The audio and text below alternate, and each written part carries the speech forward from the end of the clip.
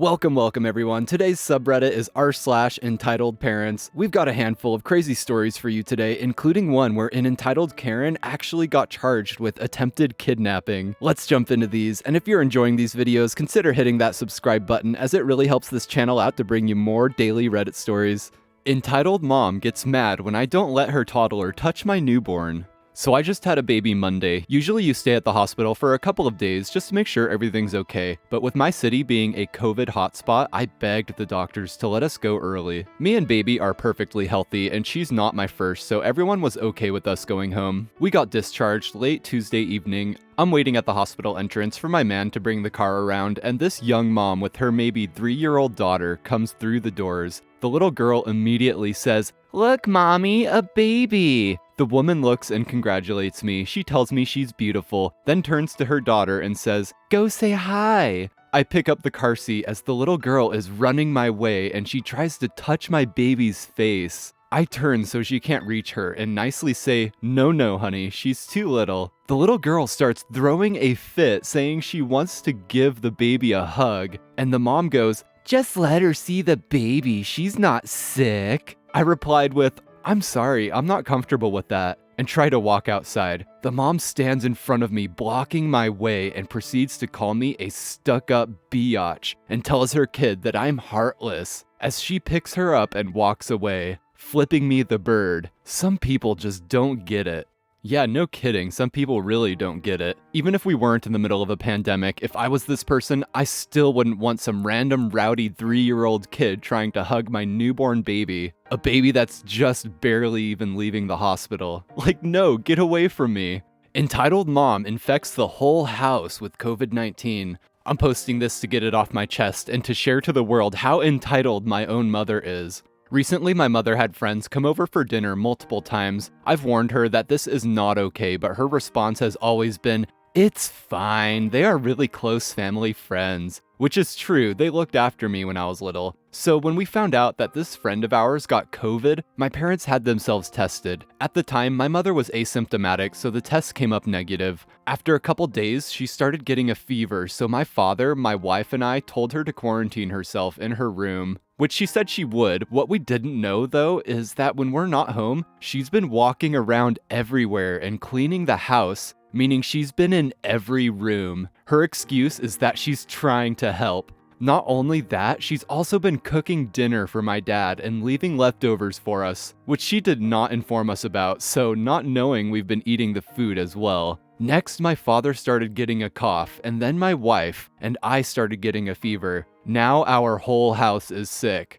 Woman, do not touch my child. A few hours ago, Auntie, my family says that instead of Auntie, called my mother about something that happened today. Her pissed off black woman voice could be heard across the room. I was curious what happened, worried something bad happened as I've never heard her so angry, and asked my mother to put her on speakerphone. The following story she told us is parallel to a situation my mother and I went through when I was very young. Here's how it began. Early this afternoon, Auntie, age 52, and her daughter, age 9, went to the store to pick up baking supplies for my cousin to make her first gingerbread house. Cousin had always wanted to make one and was inspired when I shared photos of the holiday goodies I made. I told her it's more fun to make food from scratch, and they just taste better, and she wanted to give it a try. That was their plan for this weekend. Cousin and Auntie went to Dollar Tree for candy since they could get way more for way less. Then their local grocery store for the good brand name stuff. They had most of the ingredients at home, so they didn't need much. Being the holiday season, they were in grocery line for quite a while. Cousin bounced with excitement, saying how she couldn't wait to get started on the gingerbread house and make it so cute.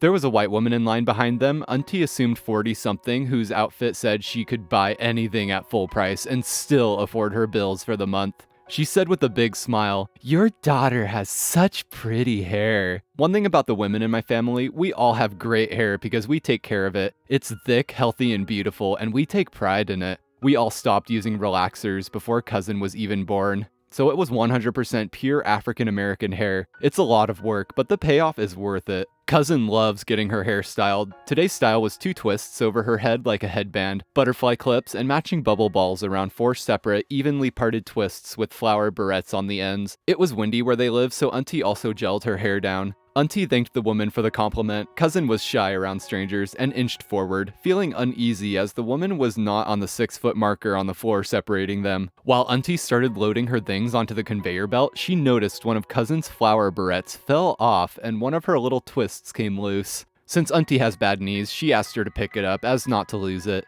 Cousin bent down to get it, and as soon as she stood up, the woman behind grabs her and starts touching her hair. This total stranger put her hands on another stranger's child, especially a black woman's child. Yeah, her obituary would be in the works if it were my kid. When Auntie saw her, she hollered, "Biatch, get your effing hands off my child." The woman stared at her wide-eyed and didn't stop. "She's fine, her hair is just so pretty. I couldn't resist the urge to touch it." Auntie starts taking her earrings off. Wasn't her first fight. She said, "Lady, I do not know you, and I am not above resisting the urge to touch you." She snatched the woman's hand away and threw it aside as it smacked into the conveyor belt. The woman cried out in pain while clutching her hand and yells, "What the hell is wrong with you?" Auntie tells her, "You don't put your hands on someone else's child. If I did that to your kid, you'd have my black butt arrested." The woman looks at Cousin, who is on the verge of tears, and says, "I bet your mean mommy beats you at home, doesn't she? You're probably being abused. I can take you away from that pain, baby." Cousin began to step back from the woman, smelling the crazy on her, and this broad quickly grabs her arm by force. Cousin shrieks and Auntie backhands the woman clean across the face. The woman just gasped and stared at Auntie like she was crazy. To Auntie's credit, she was the right kind of crazy, the kind you don't F with when it comes to her cubs.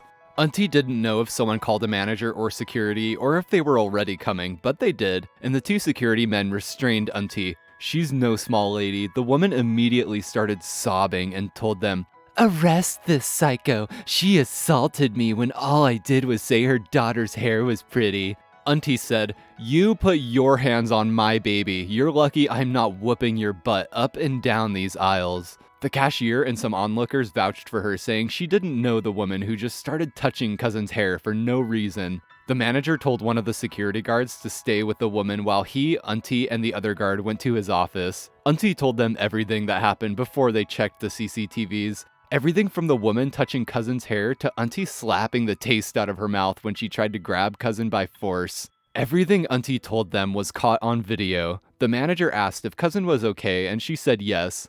They went back to the woman and told her Auntie was acting out of self-defense for her child. The manager told her that because she grabbed the little girl by force, she was on the hook for first-degree kidnapping charges. This is when the woman started fuming and shouting, "It's not my fault this skin pigment-related slur is a horrible monster."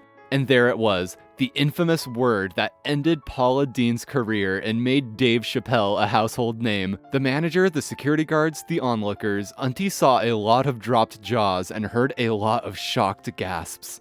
The woman realized what she said and sputtered, trying to save face. The manager promptly told her to shut up and asked Auntie if she wanted to press charges. Auntie said, "Hell yeah." The security guard who waited with the woman slapped some lovely silver bracelets to go with her outfit and escorted her out of the store. She was charged for the attempted kidnapping and banned from the store for the hate speech. Some people clapped as the woman was escorted out. Auntie's $40 purchase was comped and they went home. No matter how sweet Cousin makes her gingerbread house, I'm sure the justice she and Auntie got today was even sweeter. Well, that definitely escalated quickly. I can't believe she actually got charged with attempted kidnapping. Entitled parents claim that me and my friends killed a rabbit. Because of coronavirus, me and my friends have been going on walks together on the weekend because we're getting quite unfit as we're no longer allowed in the school gym. We go to school together, so it doesn't matter if we're with each other anyway, so as long as we're staying outside. I will also be using fake names for privacy reasons. Characters include entitled parent, entitled kid, me, my friend Emma, and my friend Alice. Me and my friends went on a 3-hour walk up a local public high-terrain area. That day it was really muddy and slippery, so we fell over a few times and got slightly muddy. There was also a river nearby where we were. Because of how slippery the mud was that day, and because there was high rainfall the day before, we nearly fell into the river a couple of times as it was close to the trail we were walking up. Since we were slipping close to the edge a few times, we squealed as we didn't want to get cold and soggy. As we got higher in the area close to the top, we saw entitled parent and entitled kid standing next to a tree with binoculars. At that point, we were listening to music, which was a vibe, by the way. Entitled parent starts waving at us, and we thought they liked the music, so we started dancing, and she made a face, which made her look really angry. We then walked up to her and entitled kid. "I saw you," entitled parent said. "Okay," replied Emma. "I saw you kill that rabbit," entitled parent repeated. "Sorry, but are you sure that was us? We were nearby the river trying not to fall in," I said.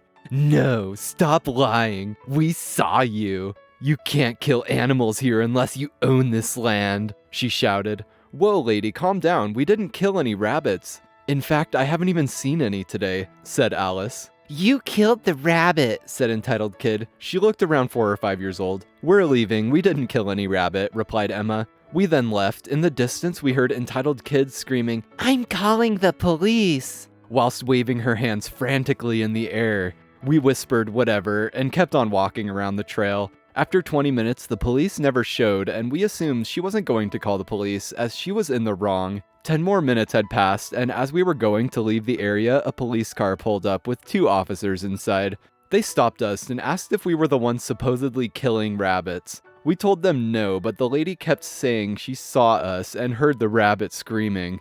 "It's them!" entitled parent shouted from behind us. She must have been following us. After 30 minutes of talking it out with the police, they decided to let us go, as the lady didn't have a clear story and kept changing it and being controlling towards the officers. Thankfully, our parents weren't called and everything was well. The lady was charged for wasting police officers' time, and thankfully, a situation like this hasn't happened again, although I do have many entitled parents stories in the past. And that was r/entitled parents. If you enjoyed, feel free to drop a like and subscribe for more Reddit stories. As always, thanks for watching, peace and love, and I'll catch you all next time.